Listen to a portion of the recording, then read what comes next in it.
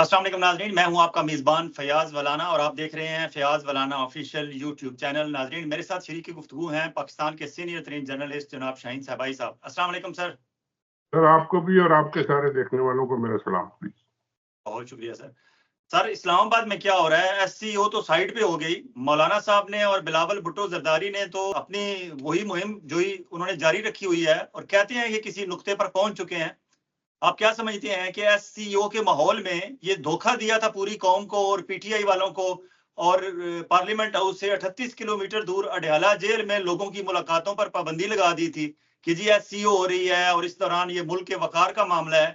मुल्क के वकार का मामला क्या सिर्फ अडयाला के कैदी को बंद करने पे था? मौलाना साहब और बिलावल भुट्टो जरदारी जो पकड़ धक्कड़ और जोड़ तोड़ और खरीदो फरोख्त घोड़ों की और लोटों की कर रहे हैं, क्या वो सब जायज था? ये तो जाहिर है कि उन्होंने मिलने नहीं दे रहे, बात नहीं करने दे रहे, डॉक्टर को नहीं जाने दे रहे, वो तो सारा कर रहे हैं, वो करेंगे। और ये जो इन्होंने एससीओ के नाम पे जो सिक्योरिटी क्रिएट की है वो भी उनको हेल्प कर रही है कि जी उनके कोई जुलूस ना निकले, कोई धरना ना करे, कोई कुछ ना करे। तो वो तो इन्होंने यूज करना है। लेकिन जो मीटिंगें इनकी हो रही है बिलावल साहब की, ये तो मेरा ख्याल है ऑलरेडी सारा कुछ एग्रीड है कि जी अभी मैं सुन रहा था एक बड़े जबरदस्त कोर्ट के वो जो है रिपोर्टर साहब हैं, मतीउल्लाह जान साहब, वो ये कह रहे थे कि जी इन्होंने 4-5 ऑप्शन रखे हैं जिनमें सब में एक ऑप्शन मौजूद है दोनों तरफ से, और वो है कि जी हम नया चीफ जस्टिस जो है वो एक पैनल से लेंगे। That is the only point common.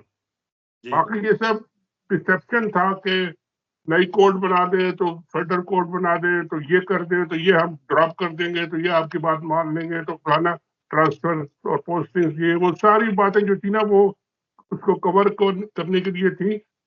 Only goal was कि जी एक चीज सब एक्सेप्ट कर लें कि नया चीफ जो है वो बाय पैनल होगा और उसमें फिर वो मंसूर अली शाह साहब को निकाल दे।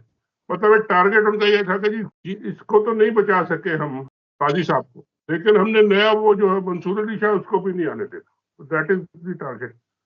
अब उसमें कल उनकी फाइनल मीटिंग होगी और उसमें मेरा ख्याल है शायद ये मान लेंगे सब लोग, लेकिन नंबर पूरे होते हैं कि नहीं होते, कितने हैं नंबर, क्या है, ये सब भी एक बहुत ह्यूज किस्म की एक पब्लिसिटी कैंपेन है कि जी इतने हो गए, हमने इतने पकड़ लिए, इतने आगे चले गए, हर आदमी जो मर्जी बात कर रहा है। और साथ ही पीटीआई वाले भी अपना स्ट्रेटजी बना रहे हैं कि जी हम कल सुबह से ही जाके और आज ही जाके धरना शुरू कर दें अपना, चाहे जो आता है आए, नहीं आता, कोई लीडर की जरूरत नहीं है, लोग जाए और जाके लड़े और पकड़े और मारकूट शुरू हो जाए। ये भी एक प्लान उनका है। और बहुत गुस्से में लोग, बहुत गुस्से में उनके पीटीआई वाले तो इनकी लीडरशिप को, अगर आप रिजाइन नहीं करते ये तो उनको तो वो डंडे मार के भगा देंगे जो कुछ उन्होंने किया है। सर, अब तक की जो इतलात हैं उसके मुताबिक तो मौलाना फजल रहमान साहब को इन्होंने वन स्टेप के, आप एक स्टेप पीछे हो एक स्टेप हम पीछे होते हैं, उसमें डील इनकी फाइनल हो रही है कि मौलाना साहब का वफाकी आईनी अदालत वाला जो मामला था उस पे मौलाना साहब ने आईनी बेंच पे उन्हें आमादा कर लिया है। जबकि दूसरी तरफ बिलावल भुट्टो जरदारी एंड कंपनी ने उन्होंने मौलाना साहब को इस बात पे एग्री करा रही है कि 3 रुकनी या 5 रुकनी पैनल प्राइम मिनिस्टर को भेजा जाएगा और उसमें से प्राइम मिनिस्टर जिसको मर्जी बना दें।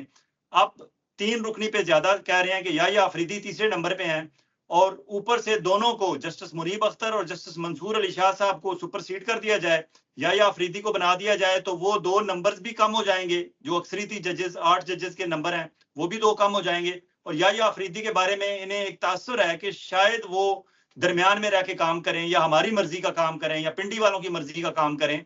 लेकिन कल का नाम कल है, फिल वक्त तो उनका ये प्लान लग रहा है। इसमें कामयाब होते हैं या नहीं होते, लेकिन प्लान यही है। यही लग रहा है कि जी उन्होंने यानी जो टर्म्स और जो अपने मुख्तलिफ ऑप्शंस बनाए थे उसमें एक ऑप्शन कॉमन था कि जी हमने नया चीफ जो है ना वो इनको नहीं बनने देना। बस दैट वाज। पहले तो वो था ना कि जी उनको रोको, वो नहीं रोकते तो उन्होंने कहा जी इनको मत आने दो। That is the only goal. उसमें वो रोक सकते नहीं रोक सकते। अगर वो with in the supreme court एक बेंच बनाएंगे तो उसमें फिर जाहिर है उसमें भी तो वो फिर मंसूर अली शाह को और मुनीब साहब को और जज उनको बिठाना पड़ेगा। अगर 3-4-5 सीनियर जज होंगे तो वो सीनियर जज कोई सुपरसीड होने से वो कोई इस्तीफा तो देके नहीं जा रहे थे कहीं भी। जी जी। कोर्ट में तो वो बैठेंगे, वो याया साहब को बना भी दिया इन्होंने, तो वो दोनों मौजूद, तो उस दूसरे बेंच में फिर वो बैठेंगे। अब दूसरे बेंच के क्या पावर होंगे, ये तो दूसरे बेंच को बहुत ज्यादा पावरफुल बना रहे थे, वहां जाके मंसूर साहब बैठ जाएंगे तो ये तो इनके लिए और उल्टा हो जाएगा। तो ये भी कुछ क्लियर नहीं है। अब क्या, एक और मैंने खबर सुनी थी और वो बड़ी खतरनाक थी, वो ये थी कि ये सारा कुछ जो ड्रामा हो रहा है सब अंदर जिसे कहते हैं ना रैप्स या बंद करके हो रहा था, पता नहीं है किसी को क्या एक्चुअल अमेंडमेंट क्या है। जब असेंबली में आएगी अमेंडमेंट, वो सारी नहीं होगी, उसमें और 3-4 क्लासेज होंगी जो किसी ने सुनी भी नहीं होगी, देखी भी नहीं होगी, और पास हो जाएगी।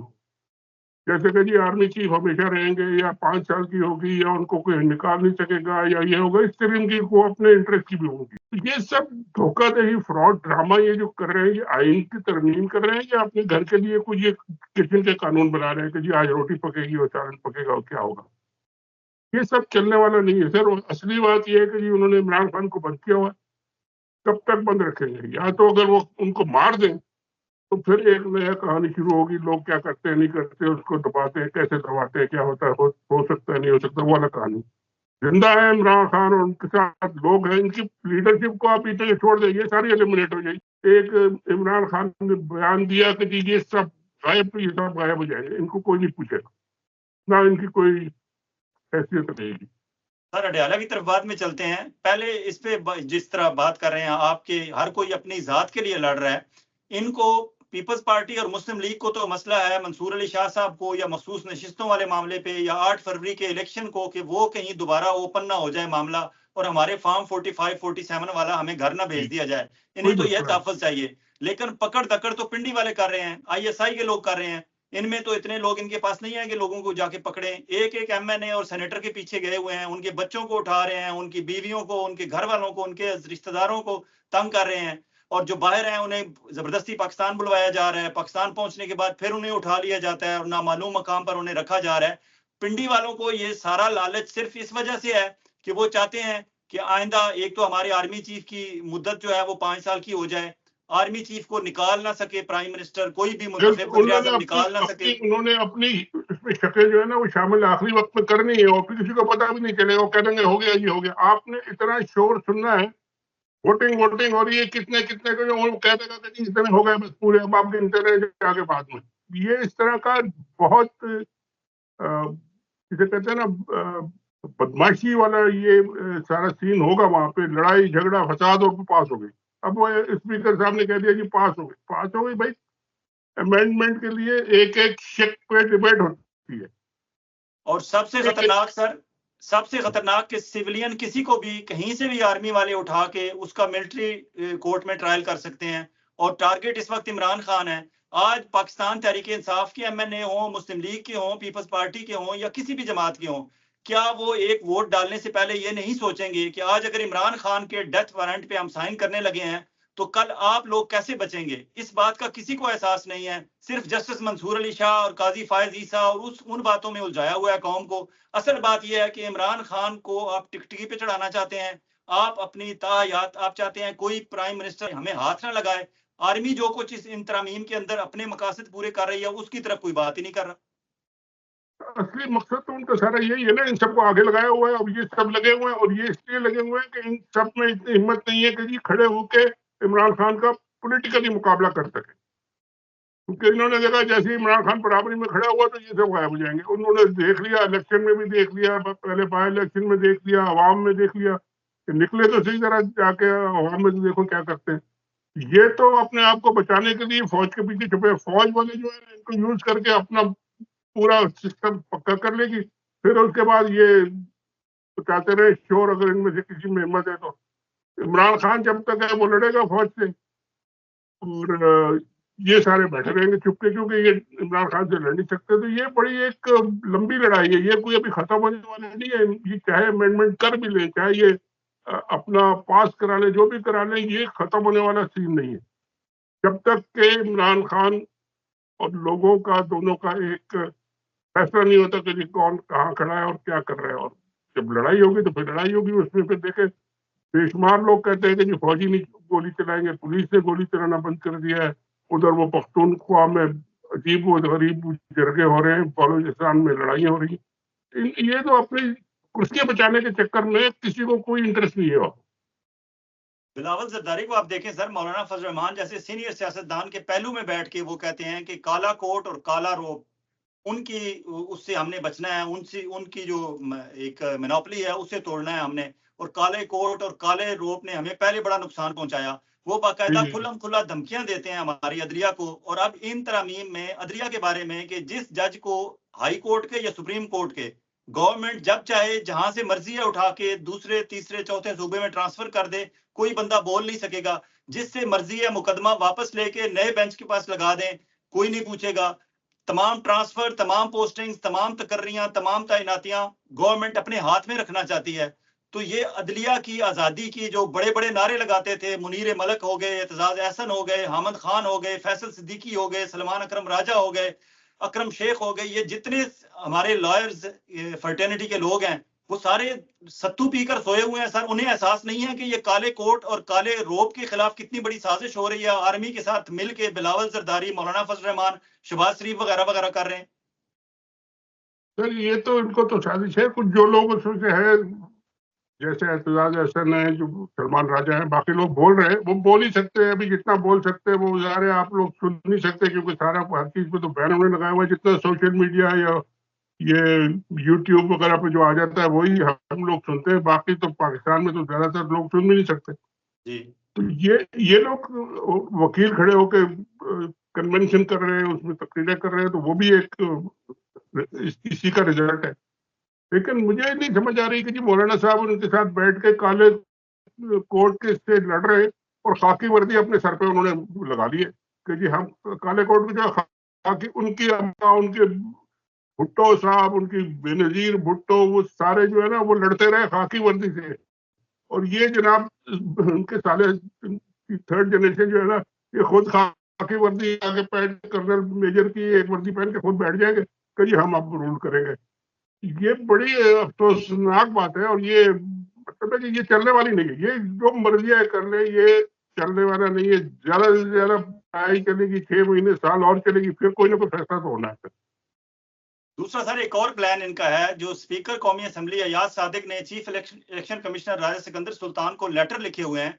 इम्कान है कि कल जब असेंबली का इजलास बुलाया जाएगा, एन उसी वक्त इलेक्शन कमीशन ऑफ पाकिस्तान मखसूस नशिस्तों पे जो खवातीन थी मुस्लिम लीग की और पीपल्स पार्टी की और JUI की, उनको बहाल करेंगे। साथ ही स्पीकर उनका हलफ लेंगे, वो तैयार बैठे होंगे असेंबली में, उनका हलफ लेंगे साथ ही, और फिर उनके वोट काउंट कर लेंगे। ये भी एक प्लान साथ चल रहा है पैरेलल उनका। तो ये जितनी मर्जी धांधली कर ले, सब मिल मिला के करेंगे। सब एक दूसरे की टैग टीम है, तुम ये करो, फंड में ये ऑर्डर करता हूँ। जैसे अभी हमने देखा है कि जी वो ऑर्डिनेंस आया, उधर से ऑर्डिनेंस आया, उधर से सुप्रीम कोर्ट में ऑर्डर हो गया, उधर से बेंच बन गया, उधर से ये हो गया। ये सारा कुछ मिलकर कर रहे हैं और ये सबके सामने, ये कोई छुपी हुई बात नहीं है।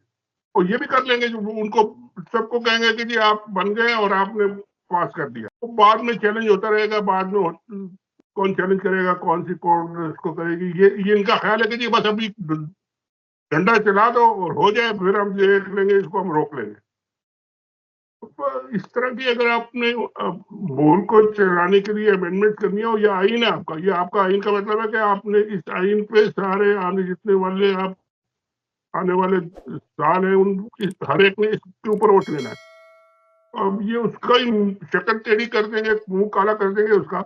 हर आदमी कहेगा कि जी हाँ मैं मुंह काले वोट पे देता हूँ, अपना भी मैं मुंह काला करूंगा और आपका भी मुंह काला करूंगा, और ये हमारा नया आइन है। तो मुबारक हो इनको सर, देखें किस किस का मुंह काला होता है। दूसरी तरफ सर अडयाला में खामखा इमरान खान का एक हफ्ता पहले इन्होंने अक्टूबर 3 से आज अक्टूबर 16 हो गई है, तकरीबन 12-13 दिन हो गए हैं, इमरान खान से मुलाकातों पर पाबंदी लगा दी इन्होंने। और आज जब डॉक्टर्स की रिपोर्ट, सरकारी डॉक्टर पिम्स के डॉक्टर पहुंचे और उन्होंने जब रिपोर्ट दी उसमें, हालांकि इमरान खान के जाती मुआलिज डॉक्टर आसिम यूसुफ इस्तांबुल से स्पेशली आए थे, वो अडयाला के बाहर 4:30 बजे जब ये डॉक्टर अंदर मिल रहे थे वो वहां मौजूद थे, घंटों के हिसाब से इंतजार कर रहे थे, उन्हें नहीं अंदर साथ लेके गए। हालांकि वो भी डॉक्टर ही थे, उन्होंने क्या करना था, मेडिकली उन्होंने भी चेक करना था। लेकिन जो रिपोर्ट पिम्स वालों ने जारी की है उसमें सर एक बीमारी उन्होंने लिखी है डायस्पेप्सिया, और डायस्पेप्सिया के बारे में सोशल मीडिया पे बात गर्दिश कर रही है कि ये आपके अपर एब्डोमेन में आपको तकलीफ होती है, स्टोमिक इश्यूज बनते हैं, और इसकी एक वजह जो हो सकती है वो आपको आर्सेनिक जहर दिया गया हो तो इस तरह की सूरत हाल बनती है। अब सोशल मीडिया पे इस तरह की बातें चल रही हैं और डॉक्टर्स ने लिखा है कि 5 दिन से इमरान खान डायस्पेप्सिया की शिकायत कर रहे हैं। अगर आप लोगों से मिलने देते, इस दौरान अगर कोई खाने पीने की बेहतियाती की वजह से या किसी वजह से भी इमरान खान को होता, तो आज सोशल मीडिया पे ये जहर की बातें और इस तरह की बातें गर्दिश ना करती और लोगों में इश्तियाल पैदा ना होता और मामूल से चीजें चलती। और अगर आप डॉक्टर इमरान का जाती डॉक्टर साथ देने देते, तो मे भी वो इस बीमारी को मजीद थोड़ा सा एक्सप्लेन कर देता, या कुछ और साथ 2-4 कंप्लेंट्स अगर इमरान खान की कुछ छुपाई हैं इन्होंने बीमारियां, वो बता देता और क्या होना था। लेकिन खामखा इश्तियाल दिलाना लोगों को, ये सारा फिर कल जब 17 को, जिस तरह आपने भी सुजेस्ट किया, पीटीआई वाले भी प्लान बना रहे हैं कि हम डी चौक जाएंगे और एहतजाज होगा मुल्क भर में, तो ये मजीद लोगों को इश्तियाल दिलाने की तरफ नहीं लेके जा रही है। सर इन्होंने तो बदमाशी करनी है सर, इन्होंने तो हर चीज में 2 नंबर ही काम करना है, बदमाशी करनी है, मोड़ तोड़ के रिपोर्ट दो, उसमें कुछ ना लिखो, बस दे दी हमने रिपोर्ट, अब जाओ शोर मचाते रहो जाके सोशल मीडिया पे। मीडिया को बंद किया हुआ है, बोल कोई नहीं सकता। आप जाके तस्वीरें करते रहे, ट्वीट करते रहे, जो भी करते रहे, वो दे डोंट केयर।